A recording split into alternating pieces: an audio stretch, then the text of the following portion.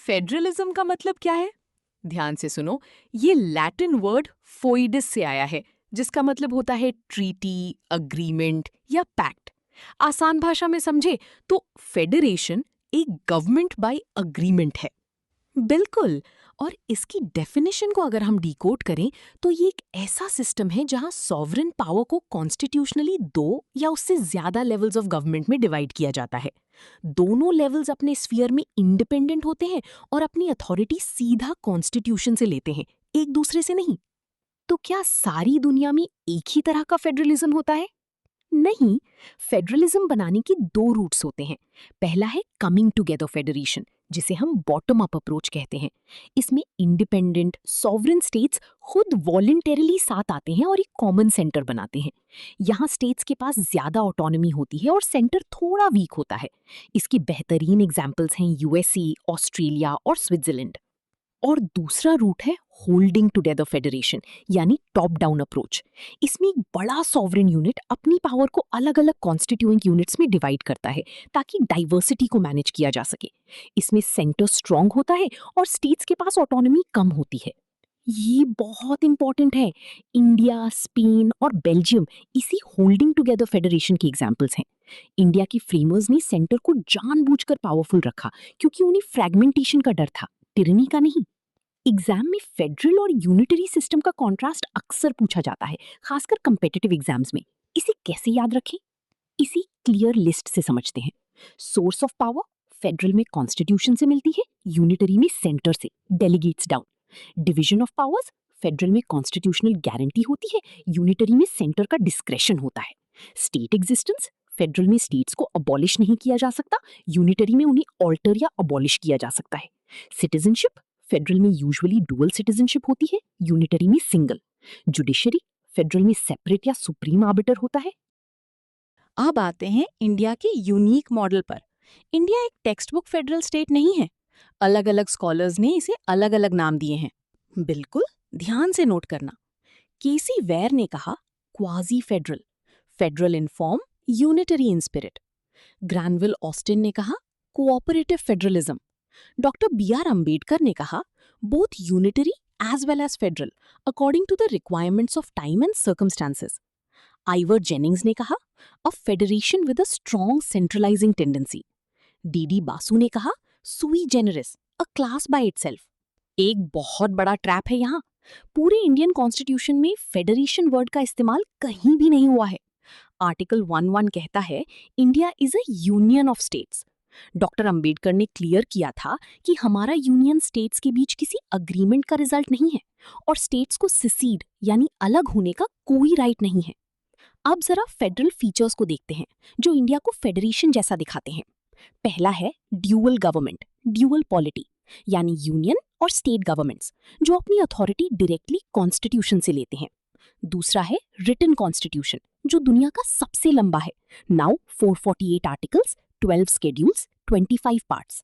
तीसरा सबसे बड़ा फीचर है डिवीजन ऑफ पावर्स जो 7 स्केड्यूल में दिया है, union list, state list, concurrent list.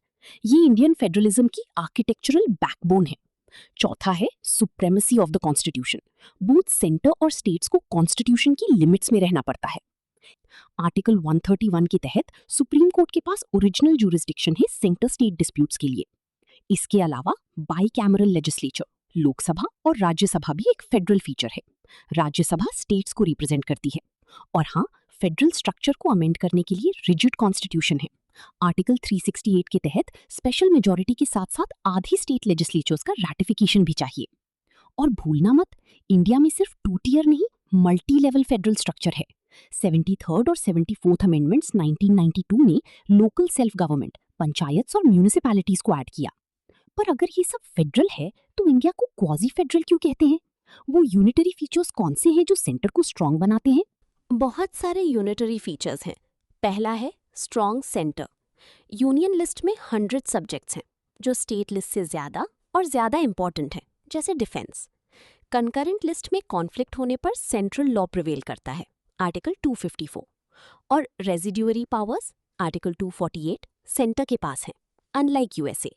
इसके साथ single constitution, destructible states, article 3 के तहत पार्लियामेंट किसी भी स्टेट का एरिया या नेम सिंपल मेजॉरिटी से बदल सकती है और सिंगल सिटीजनशिप भी यूनिटरी फीचर्स हैं। और इमरजेंसी प्रोविजंस तो मानो न्यूक्लियर ऑप्शन है। Article 352 national emergency, article 356 presidents rule और आर्टिकल 360 फाइनेंशियल इमरजेंसी के वक्त इंडिया का फेडरल स्ट्रक्चर बिना किसी अमेंडमेंट के यूनिटरी में कन्वर्ट हो जाता है। गवर्नर का रोल भी यूनिटरी है। वो सेंटर का एजेंट होता है और प्रेसिडेंट उसे अपॉइंट करता है। इसके अलावा integrated judiciary, all India services, IAS, IPS, IFS, article 312, integrated election machinery, ECI और CAG भी यूनिटरी फीचर्स हैं क्योंकि इन पर स्टेट्स का कंट्रोल नहीं होता। Unequal representation in Rajya Sabha based on population भी ट्रू फेडरेशन के खिलाफ है। क्या पार्लियामेंट नॉर्मल सर्कमस्टांसेस में स्टेट लिस्ट पर लॉ बना सकती है? हाँ, कुछ स्पेसिफिक कंडीशंस में। आर्टिकल 249, अगर राज्यसभा 2/3 मेजॉरिटी से रेजोल्यूशन पास कर दे, 1 year validity. Article 250, national emergency के दौरान। आर्टिकल 252, जब 2 या ज्यादा स्टेट्स खुद रिक्वेस्ट करें। आर्टिकल 253, इंटरनेशनल ट्रीटीज को इंप्लीमेंट करने के लिए। आर्टिकल 356, प्रेसिडेंट्स रूल के दौरान। अब 7th शेड्यूल की तीनों लिस्ट्स का पोस्टमार्टम करते हैं। यूनियन लिस्ट, लिस्ट 1, 100 सब्जेक्ट्स हैं। नेशनल इंपॉर्टेंस की चीजें जैसे defence, foreign affairs, railways, banking सिर्फ पार्लियामेंट लॉ बना सकती है। स्टेट लिस्ट, लिस्ट 2, 61 सब्जेक्ट्स हैं। लोकल इंपॉर्टेंस की चीजें जैसे police, public order, agriculture normally सिर्फ स्टेट लेजिस्लेचर लॉ बनाती है। कॉन्करेंट लिस्ट, लिस्ट 3, 52 सब्जेक्ट्स हैं। शेयर्ड इंटरेस्ट की चीजें जैसे एजुकेशन, 42nd अमेंडमेंट से ऐड हुआ, क्रिमिनल लॉ, फॉरेस्ट्स दोनों लॉ बना सकते हैं, पर कॉन्फ्लिक्ट में सेंट्रल लॉ जीतता है, आर्टिकल 254। और रेजिड्यूरी पावर्स, आर्टिकल 248, जो किसी लिस्ट में नहीं है जैसे साइबर क्राइम्स, वो एक्सक्लूसिवली पार्लियामेंट के पास है। ये हमने कनेडियन मॉडल से लिया है। Centre state legislative relations, articles 245 to 255 बहुत इंपॉर्टेंट हैं। आर्टिकल 245, टेरिटोरियल एक्सटेंट, पार्लियामेंट पूरे इंडिया के लिए और स्टेट सिर्फ अपने स्टेट के लिए लॉ बना सकती है। पार्लियामेंट के पास एक्स्ट्रा टेरिटोरियल ज्यूरिसडिक्शन भी है। आर्टिकल 246, सब्जेक्ट मैटर, वही 3 lists. Article 248, residuary powers. Article 249, parliament state list पर लॉ बनाएगी अगर राज्यसभा 2/3 मेजॉरिटी से कहे। आर्टिकल 250, इमरजेंसी के वक्त स्टेट लिस्ट पर पार्लियामेंट का लॉ, 6 months आफ्टर इमरजेंसी ये एक्सपायर हो जाता है। कंटिन्यूइंग, आर्टिकल 252, 2 या ज्यादा स्टेट्स कंसेंट दे जैसे wildlife protection act 1972। Article 253, international treaties के लिए। आर्टिकल 254, रिपग्नेंसी, अगर कंकरेंट लिस्ट पर सेंट्रल और स्टेट लॉ में कॉन्फ्लिक्ट है तो सेंट्रल लॉ प्रिवेल करेगा। एक्सेप्शन ये है कि अगर स्टेट लॉ को पहले प्रेसिडेंशियल असेंट मिल गया हो तो वो स्टेट में प्रिवेल करेगा। आर्टिकल 255, सिर्फ रिकमेंडेशन या सैंक्शन ना होने की वजह से लॉ इनवैलिड नहीं होगा अगर असेंट मिल चुका है। तो आखिरकार इंडिया ट्रूली फेडरल है या नहीं? इस डिबेट का कंक्लूजन क्या है? फेडरल नेचर के पक्ष में आर्ग्यूमेंट्स हैं division of powers, supremacy of constitution, independent judiciary और SR बोमाई केस 1994 जिसने कहा कि फेडरलिज्म बेसिक स्ट्रक्चर का पार्ट है। लेकिन अगेंस्ट में आर्ग्यूमेंट्स हैं single constitution, residuary powers with centre, destructible states, emergency provisions. Exam का फाइनल आंसर यही होना चाहिए, India is a quasi federal state, federal in structure but unitary in spirit. It's a union of states with a strong center.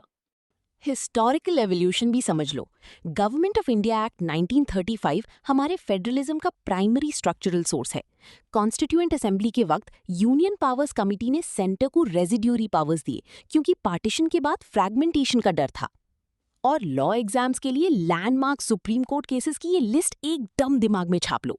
State of West Bengal versus Union of India 1963, India is not a true federation. Kesavananda Bharati versus State of Kerala, 1973. Federalism is part of the basic structure. SR Bomai versus Union of India, 1994. Article 356 must be used as a last resort. Flow test mandatory है. State of Rajasthan versus Union of India 1977, centre article 356 के लिए guidelines issue कर सकता है। Kuldeep Nair versus Union of India 2006, Rajya Sabha candidates के लिए domicile requirement essential नहीं है। Mineral area development versus steel authority of India 2024, states को माइनिंग एक्टिविटीज पर टैक्स लगाने का राइट है।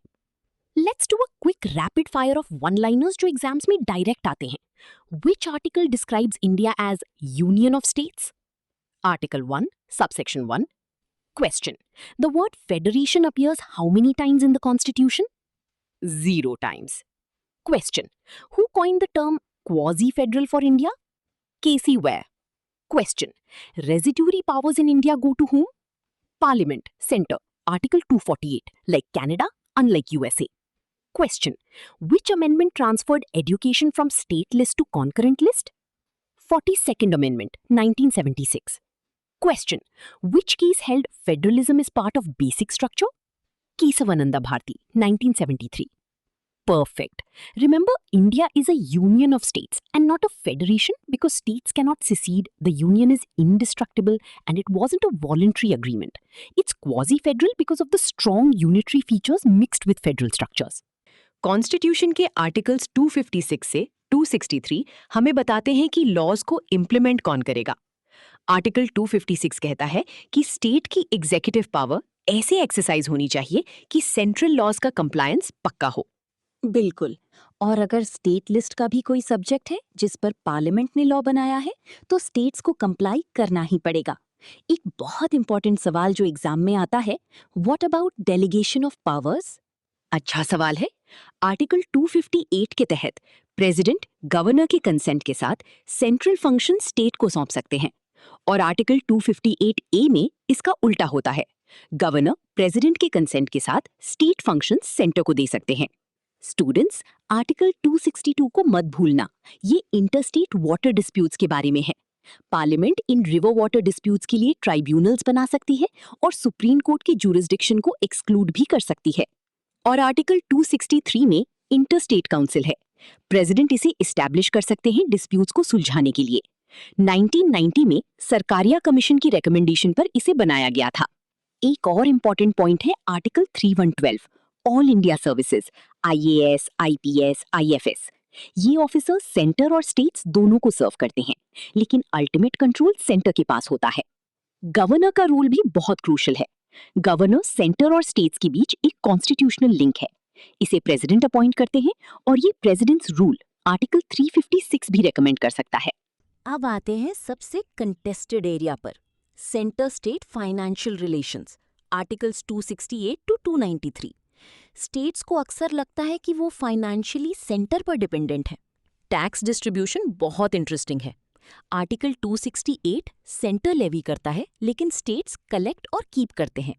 आर्टिकल 269 सेंटर लेवी और कलेक्ट करता है पर स्टेट्स को असाइन कर देता है। आर्टिकल 270 इनकम टैक्स जैसे टैक्सेस सेंटर और स्टेट्स के बीच शेयर होते हैं। स्टूडेंट्स ध्यान दो, this is important. Finance commission एक कॉन्स्टिट्यूशनल बॉडी है, आर्टिकल 280, जो हर 5 साल में प्रेसिडेंट द्वारा बनाई जाती है। प्लानिंग कमीशन या नीति आयोग कॉन्स्टिट्यूशनल बॉडीज नहीं हैं। बिल्कुल सही। 15th फाइनेंस कमीशन ने स्टेट्स को 41% शेयर रेकमेंड किया था। इसके अलावा ग्रांट्स इन एड भी होते हैं। आर्टिकल 275 स्टैट्यूटरी ग्रांट्स देता है और आर्टिकल 282 डिस्क्रेशनरी ग्रांट्स। एक ट्रिकी क्वेश्चन पूछता हूँ, क्या स्टेट्स इंडिया की बाहर से उधार बोरोइंग ले सकते हैं? नहीं, आर्टिकल 293 कहता है कि स्टेट्स सिर्फ इंडिया के अंदर से बोरो कर सकते हैं और अगर सेंटर का कोई पुराना लोन बकाया है तो नई बोरोइंग पर सेंटर कंडीशंस लगा सकता है। जीएसटी काउंसिल आर्टिकल 279A का जिक्र करना भी जरूरी है। 101st अमेंडमेंट 2016 से इसे जोड़ा गया। इसमें सेंटर और स्टेट्स दोनों जॉइंट फाइनेंशियल डिसीजंस लेते हैं, जो कोऑपरेटिव फेडरलिज्म का बेहतरीन एग्जाम्पल है। कोऑपरेटिव फेडरलिज्म का मतलब है जहां सेंटर और स्टेट्स पार्टनर्स की तरह काम करें, जैसे जीएसटी काउंसिल या नीति आयोग में। लेकिन कंपेटिटिव फेडरलिज्म भी होता है, जहां स्टेट्स एफडीआई और इंफ्रास्ट्रक्चर के लिए आपस में कम्पीट करते हैं। अब हम कमीशंस की बात करते हैं जो फेडरलिज्म को रिव्यू करने के लिए बनी। सरकारिया कमीशन 1983 सबसे लैंडमार्क है। जस्टिस RS सरकारिया की चेयरमैनशिप में इसने 247 रिकमेंडेशंस दी थी। सरकारिया कमीशन ने कहा था कि आर्टिकल 356 प्रेसिडेंट्स रूल को एब्सोल्यूट लास्ट रिजॉर्ट की तरह यूज करना चाहिए और इसी ने परमानेंट इंटरस्टेट काउंसिल बनाने की रिकमेंडेशन दी थी, जो 1990 में बनी। फिर 2007 में पुंछी कमीशन आई, कोलिशन पॉलिटिक्स और नए सिक्योरिटी थ्रेट्स के टाइम पर। जस्टिस MM पुंछी की इस कमीशन ने 273 रिकमेंडेशंस दी। पुंछी कमीशन की एक बहुत खास रिकमेंडेशन थी, लोकलाइज्ड इमरजेंसी। मतलब पूरे स्टेट में आर्टिकल 356 लगाने के बजाय सिर्फ अफेक्टेड एरिया में इमरजेंसी लगाओ।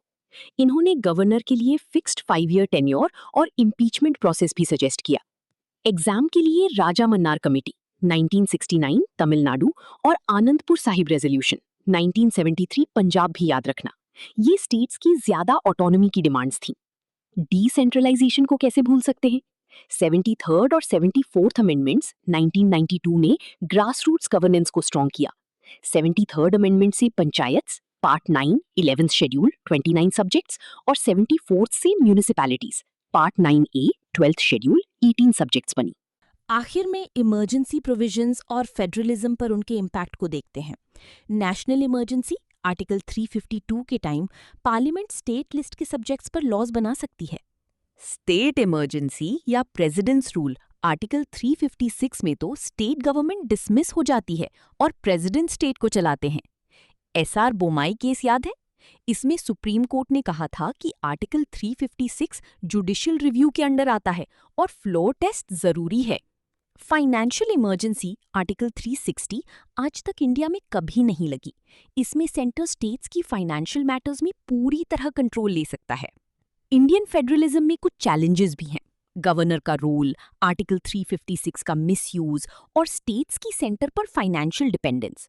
सेंट्रली स्पॉन्सर्ड स्कीम्स भी एक बड़ा मुद्दा है, क्योंकि सेंटर स्टेट लिस्ट के सब्जेक्ट्स पर स्कीम बनाता है और स्टेट्स को को फंड करना पड़ता है। और एसिमेट्रिक फेडरलिज्म भी एक रियलिटी है। मतलब कुछ स्टेट्स को स्पेशल पावर्स मिली हैं, जैसे आर्टिकल 371A में नागालैंड के कस्टमरी लॉज प्रोटेक्ट किए गए हैं। 6th शेड्यूल में नॉर्थ ईस्ट ट्राइबल एरियाज के लिए ऑटोनोमस डिस्ट्रिक्ट काउंसिल्स हैं। एग्जैक्टली। तो हमने लेजिस्लेटिव से लेकर फाइनेंशियल, कमीशन से लेकर चैलेंजेस तक सब कवर कर लिया है। एग्जाम में अगर इंडिया की क्वाज़ाई फेडरल नेचर पर क्वेश्चन आए तो ये सारी पॉइंट्स अच्छे से यूज करना।